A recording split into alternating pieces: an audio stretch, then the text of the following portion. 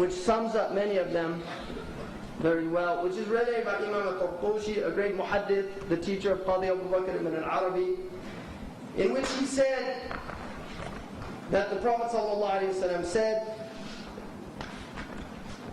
it's related on Ibn Abbas, and there's another in the Senate, there's some criticisms. ابن عباس رضي الله عنه أن النبي صلى الله عليه وسلم قال من أشراط الساعة أو القيامة إضاعة الصلوات. From the end of time is the loss of prayers. The loss of prayers. Now, I'll tell you something about that hadith. Imam Yusuf Nabahani in his Ida'a says, the loss of prayer does not simply mean that people stop praying. It means even those who pray prayers are unaccepted. Because they don't know anything about the prayer. They don't know the fara'id. They don't know how to correct their sahw if they make a mistake. They can't distinguish between sunan and fada'il. They have no knowledge of the prayer. They don't do their wudu properly. They pray in the improper times, which is one of the signs of the end of time, that people lose the understanding of how the times were determined by the prayer and pray outside of time.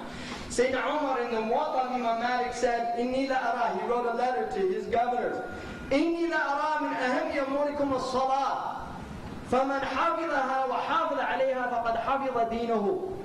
The most important of all your matters is your prayer. So don't think the prayer is insignificant. The most important of all of your matters is the prayer.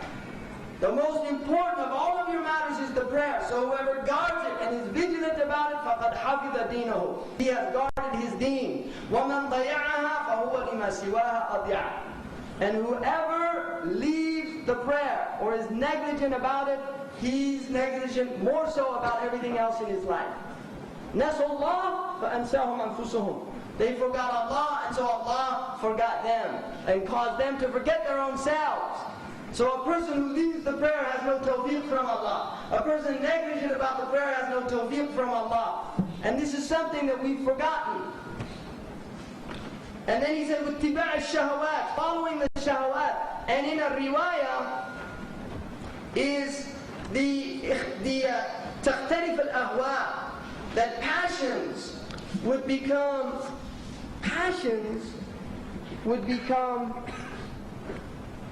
diversified. People would have diverse passions. And what that means is that towards the end of time,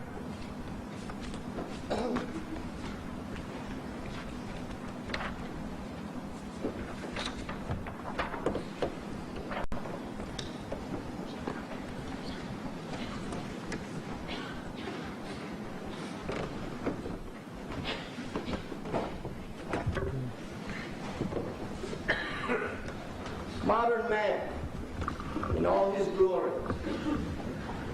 This is modern man. His passions would be diversified. This is the modern consumer. And if you look, this is actually taken out of a magazine that is not meant for the consumer to see.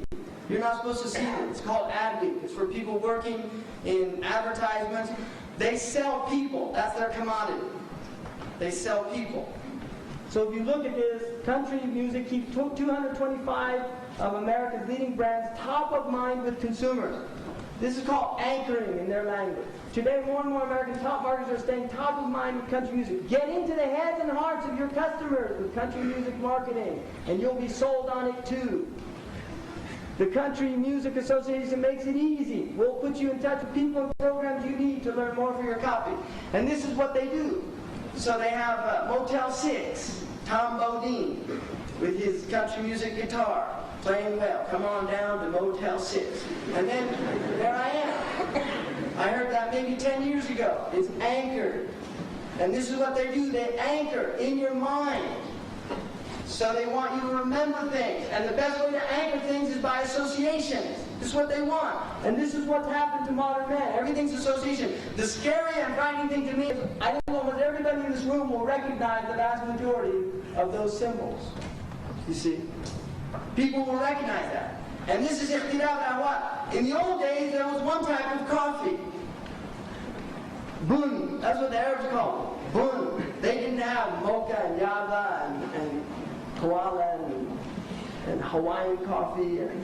You go to America and I don't know, it's probably the same here now. I mean, the Americans want the whole world to drink coffee. That's a national drink.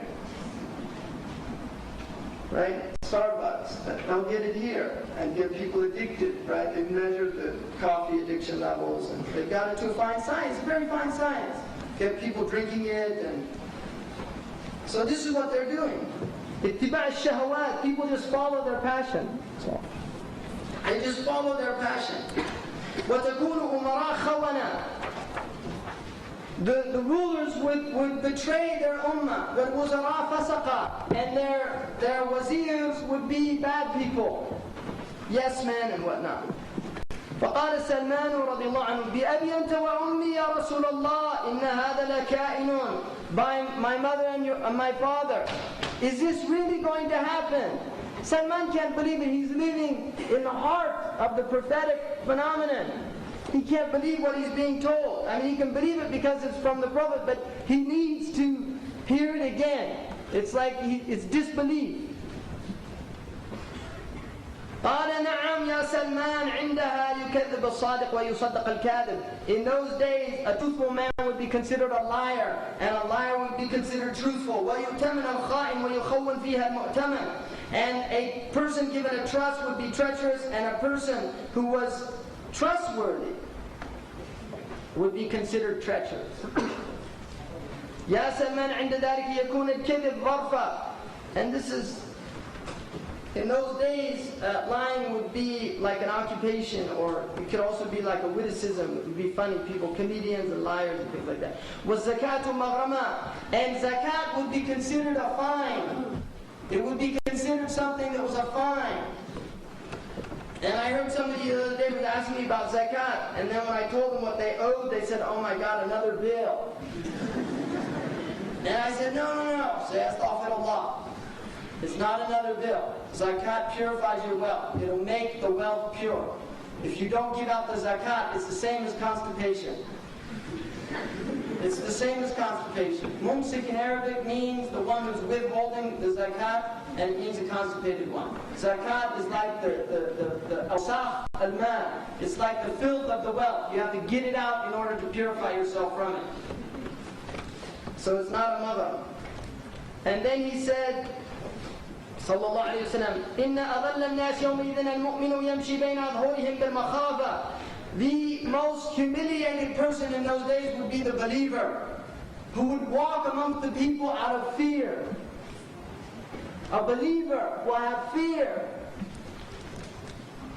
يذوب قلبه في جوفه كما يذوب الملح في الماء مما يرى حوله من المنكرات أو مما يرى حوله ولا يستطيع أن يغير.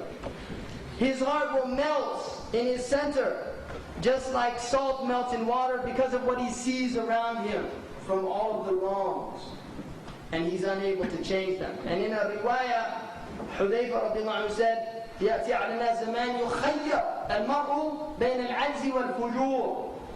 There's coming a time when people will be given a choice to be bad people or to be impotent, incapacitated, unable to do anything. And one of the people listening said, قَبَّحَ اللَّهُ الْعَجِزِ. May Allah make ajiz ugly. And he said, قَبَّحْتَ اللَّهُ أَنْتَ. May Allah make you ugly. Ajiz is better than fujur. In other words, if you're giving a choice, be ajiz and don't be fajr. And then he said, يَا سَلْمَنْ عِنْدَ يَكُونَ الْمَطَرُ قَيْضًا. In those days, rain will be burning. Qayd means burning. Acidic rain. The rain will come down and it will burn the earth.